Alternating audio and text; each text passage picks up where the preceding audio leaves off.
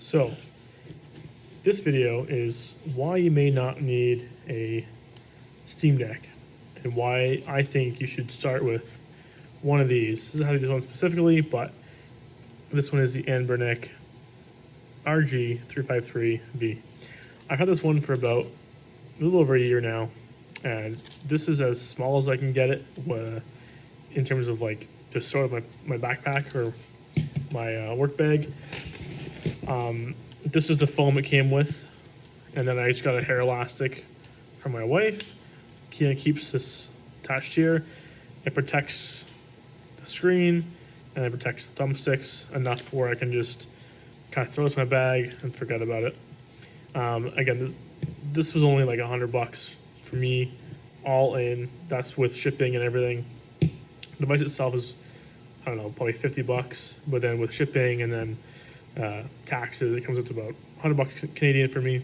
So for me, this was a great start. And I'll get into this in a second, but I just want to show off kind of the size. So I also bought a case for it, right? It's one from Amazon. Has a little indent here for the bumpers. Goes in there, and then there's a little spot here for like maybe a small cable, or I use it for headphones. I put headphones in here. And then now this is thicker, but I could just throw this in my work bag. My work bag is right here. It just has my laptop in it, kind of thing. Nothing fancy. But what I can do with this is, so I'm going to do the camera lens. Essentially, I just throw it in here. So I have a little pocket, and I just throw it right in there. And now I have this here ready to go. Pull it out, boom, I'm ready for break. So, take this off.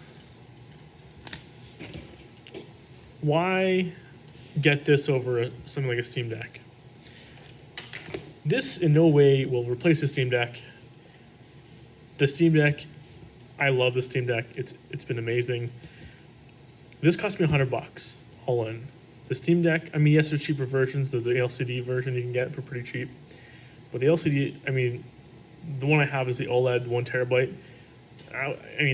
After shipping and everything, I'm about $900 in to that. That's way better ergonomics, way better everything. But what it lacks is portability. This can play everything from, basically Sega, Nintendo DS, Game Boy Advanced. It does really good with Game Boy Advance games, Game Boy Color. All your retro games are going to work just fine on this. Everything up until basically N64. PSP, some games don't really work, some do.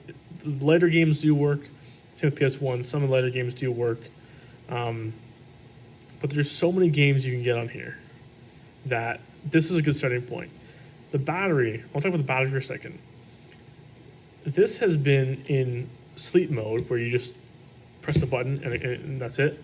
Sleep mode for a very long time now. Probably a week, and it's only gone down by 20%, 22% battery. I bought this from Anbernic, and it came with a lot of games, not all these games. It came with, I don't know, maybe 1,000 games installed. I've since put in my own ROMs. But as you can see, there's 5,000 games on here. So, show you some of the ones I've played. Pokemon Pinball, really fun. Legends of Zelda, the Minish Cap, I've been playing a lot of. I'll just show you what, I'll play a game of pinball, for example, and just talk about this device. The really cool thing is I'm playing through the camera lens, so I'm going to have to just kind of be over here. This is a Game Boy Advanced game called Pokemon Pinball. And it's just simple. It's a pinball game. There's a save within the game itself.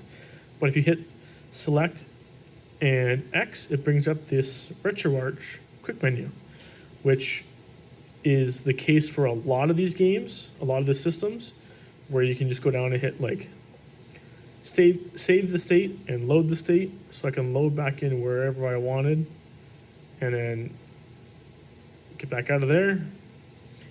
And I'm playing pinball, you know.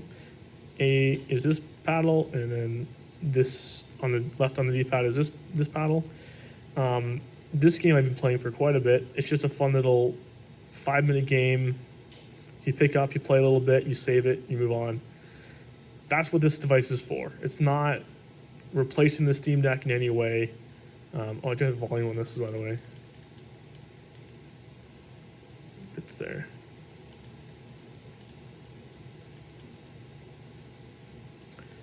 There's no volume all of a sudden. Well, there is volume in this game. I made a mistake there. Let's load the save slot back up again. Again, I'm playing through the the lens of this. So it's a bit delayed for me. But basically, you know, this is. I can put this in my pocket, and I don't think a lot of devices you can actually put it in your pocket. This is as small as you. Oh, I just lost again. As small as you can get with a handheld, I'd say. It's about 3-inch screen. It has dual analog sticks. That's why I got this version. This is my first device I've ever got for retro handheld. Then from this, I got the Odin 2 Mini, and that was great. But I was kind of in the middle between, is it really pocketable or is it portable? And that was my whole dilemma. I tried bringing the Odin 2 Mini to work. Once you get the case and the cable and everything, it's not so pocketable anymore. It's I keep losing this. I'm not good at pinball, so that's why the load state and save state's been so good for me. But this is more of a video of why maybe you don't need a Steam Deck. Maybe you should start with what I did and get one of these. It doesn't have to be this one specifically. There's so many little handhelds that Anbernic makes and Mio makes and a bunch of other different brands.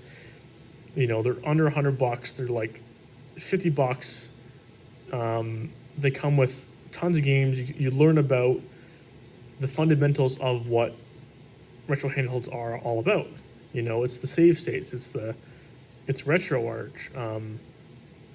It's learning how to put ROMs on this thing, and basically it has an SD card. And there's 2 slots here, so basically this can dual boot into Linux or into Android, and basically it can be an Android phone essentially.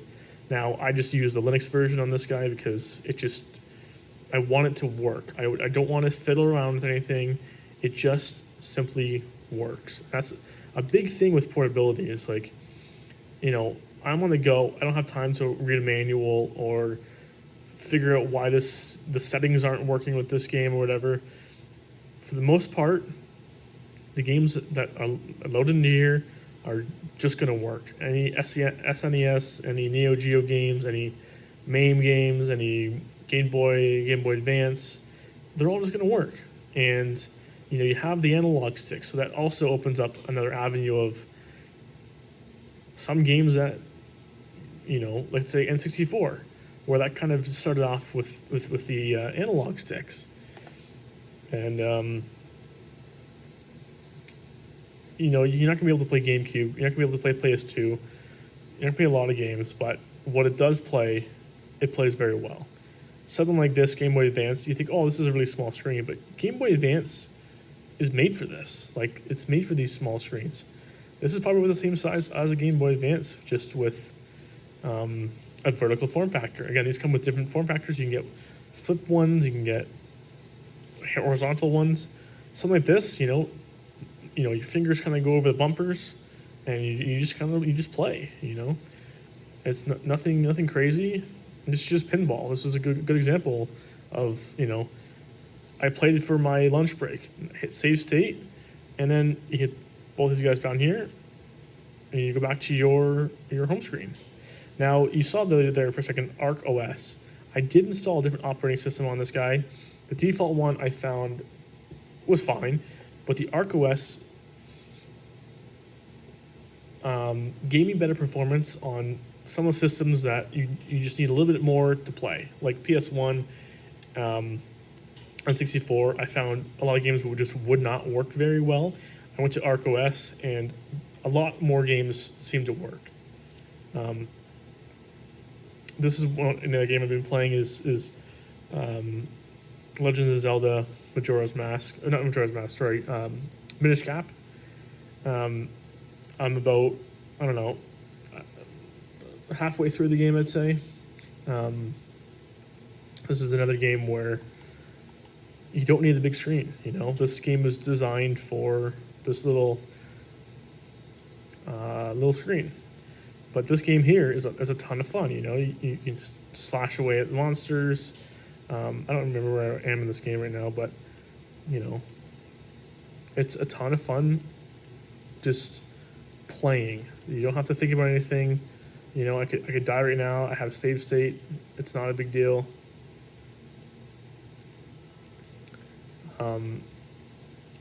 There's different like charge up attacks you can do eventually in this game.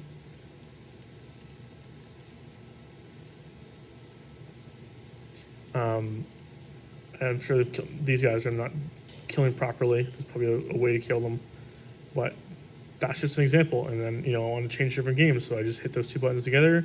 And these are just the last ones I played, Bejeweled. These are some ports, you know. This one here, for example, I just went on the Port Master, and this is like a new kind of game, and it just works. I mean, it doesn't look very nice, but it's a fun game. I don't remember what. This game is just like, it's volleyball, you know.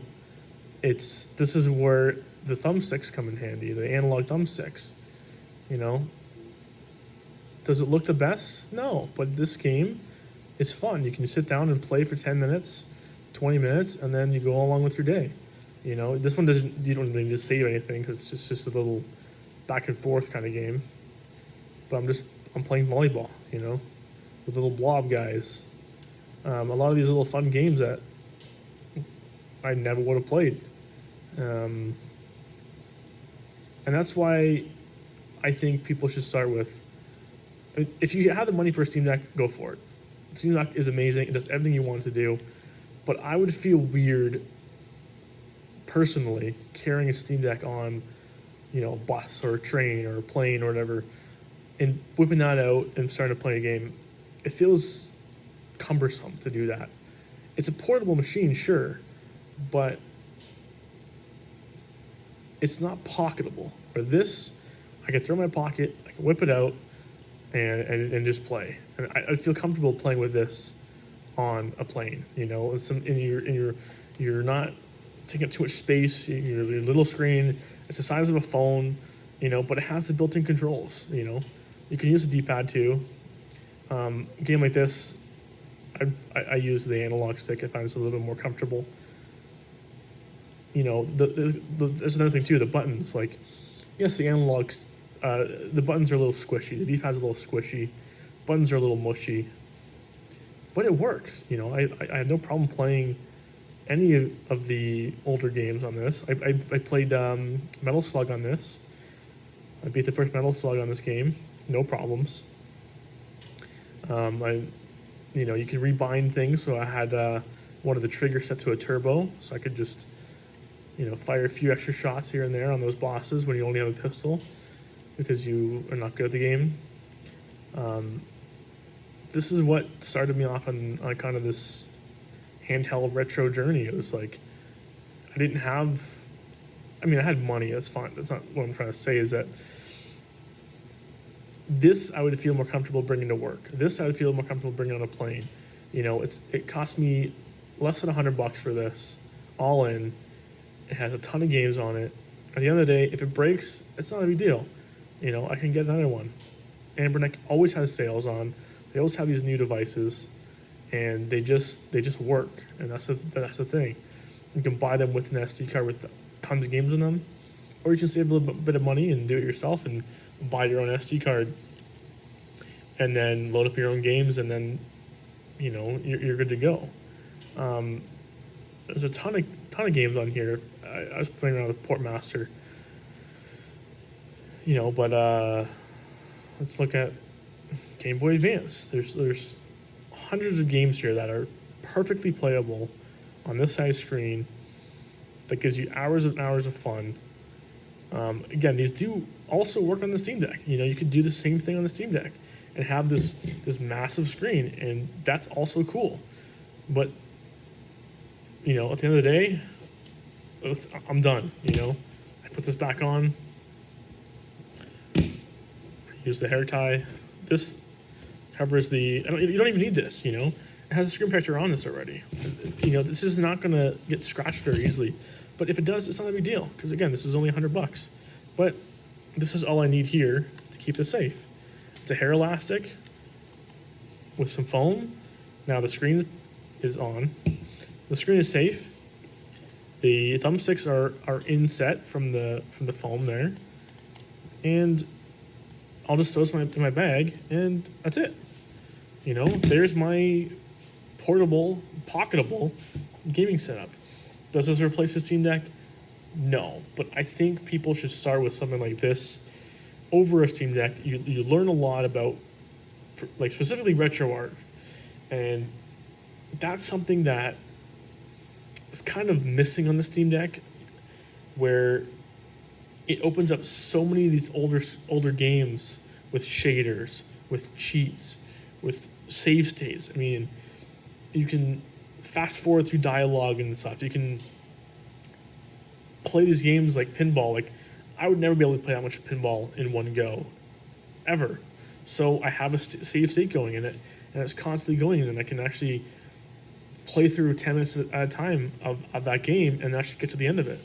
And that's what makes something like this so much more fun, is because it allows me to play games when I want to play games, not make time for it. And again, the Steam Deck is kind of in that same vein where, yeah, you can sit down for a short period of time and play, but for me, I'm not going to sit down and play the Steam Deck for any less time than half an hour.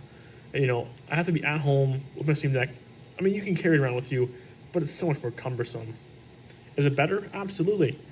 But there's nothing wrong with one of these, playing all the old school games, playing all the PS1 games or whatever.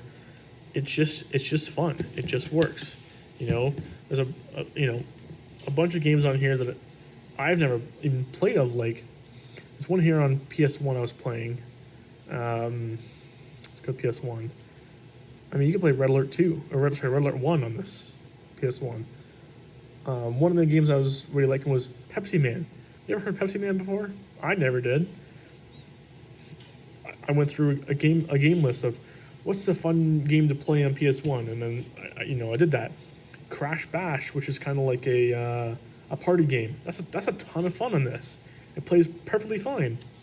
This game here called Pepsi Man, it's a lot of fun.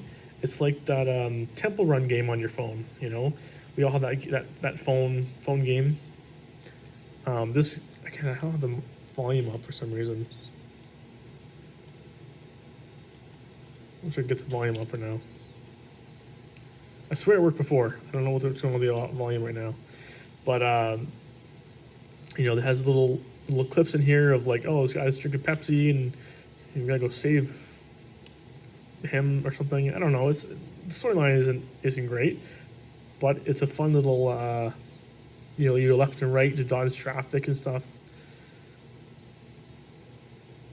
It says have a front fire speaker, so, and again, the speakers usually do work. I don't know what happened here.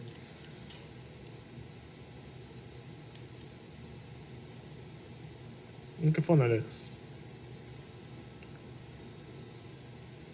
This is a PS1 game. It's a Japanese release, which is why I'd never heard of it. It's a Japanese game that, it's not in Japanese, it's in English, but I think it's only released in Japan.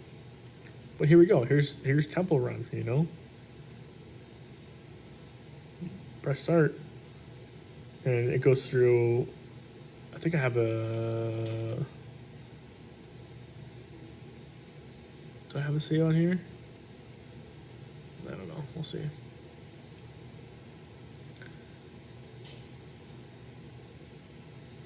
I mean, yes, this is a big advertisement for Pepsi. I get that.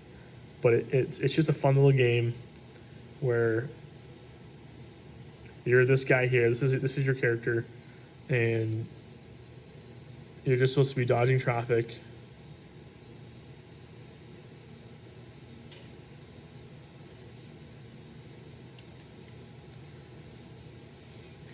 Right, you left and right, dodge traffic. I think it's B, start down to jump over cars, and then this is to like kind of duck. You know, you're going over, grab all the Pepsi cans. You're dodging banana peels that the garbage truck is throwing at you.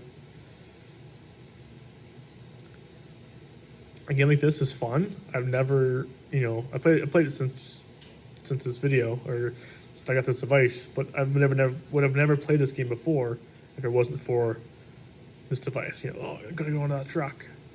I got a checkpoint, and now I'm running through some guy's house. Oh, I crashed into the wall, and does this make a lot of sense? No, not really, but it's fun. And now I'm a garbage can all of a sudden, and my controls are inverted. I'm dodging through construction workers. Oh, I guess I hit a table. I didn't see the table there. Oh, that's my bad. There we go. I'm like to the finish line. Don't worry. Checkpoint. Almost there. Whoa. Whoa. No, I might be dead. No, still good. We're still good. We're still good.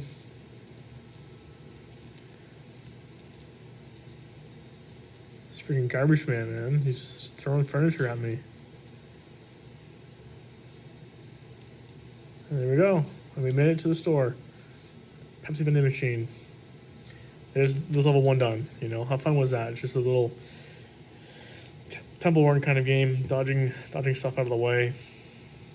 One more game I want to show off. Again, it's PS1.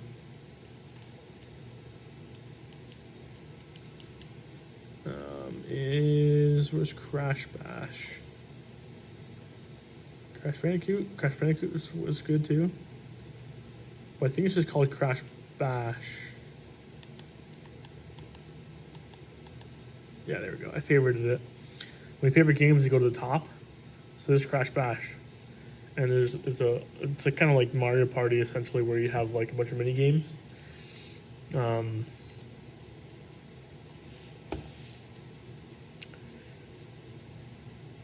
But yeah, a lot of fun on something like this where it didn't cost a lot of money, and you're just able to play games on the go. Truly pocketable. All you need is this. Battery lasts forever. I could charge this maybe. It depends on how much you play, obviously, but I charge this maybe once every 2 weeks. It's just USB-C in the bottom.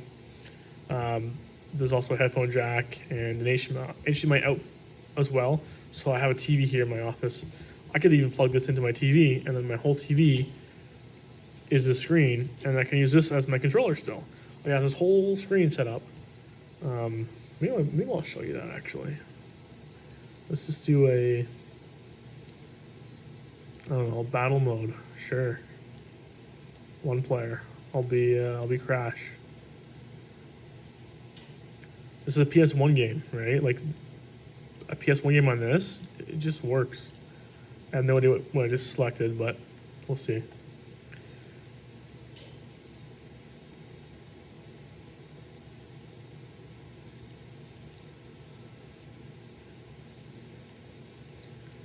This is a mini game of some sort. I should have probably read the instructions. I should throwing boxes at people.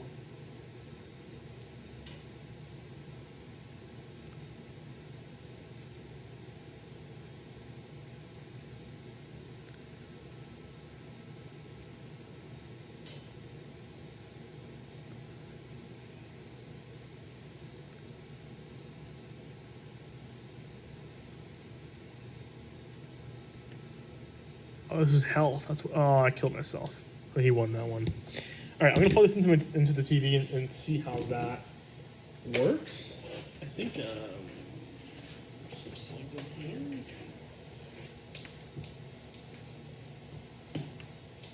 Let's see what happens. Oh, you know what? It's one of these micro ones, so I can't even do that. Never mind. I don't have the right adapter here at work. But maybe I'll show that tonight then. I'll do a comparison between this and the Steam Deck. I'll plug this guy into my TV at home and maybe I'll do it tonight. Show you side by side comparison between this and the Steam Deck.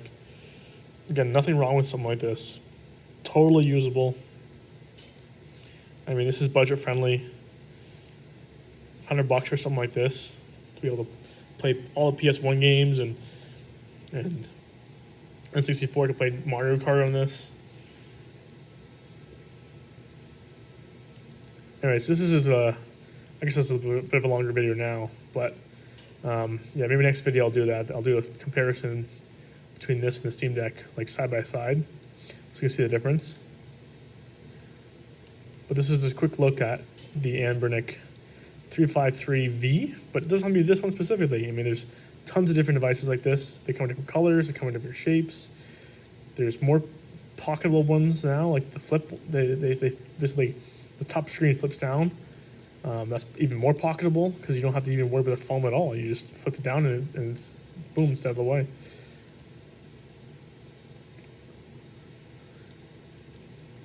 Oh, there we go. Let's go ahead and end it. There we go, beat the guy. And then I could have saved there too, and I could have went back to that anytime I wanted. Anyways, that's the RG353v by Anbernic. It's got a 3200 milliamp hour battery. And again, this battery lasts a long time. I mean, we played about 20 minutes now so far, and it's hardly touched the battery, and that was a PS1 game. Like, I could play this, I played the Minish Cap on this for 3 hours one night, and I don't know what battery was at when it was done, but totally fine, you know. You could definitely bring this on, you know, a 4-hour plane ride and have no problem. You can even bring a portable power bank, and you could charge it with a USB-C, and then this basically infinite battery, you know. So anyways, that's that device. It's a lot of fun. It's kind of where I'd start off my journey. This is where I started off my journey from, is this. But now I love the Steam Deck. The Steam Deck's a lot of fun, but I'm still bringing this to work. I'm still bringing this anywhere I need to go that's really pocketable. I can throw it in my backpack and not worry about it. You know, something like this is completely safe. Anyways, that's it. Thank you. Take care.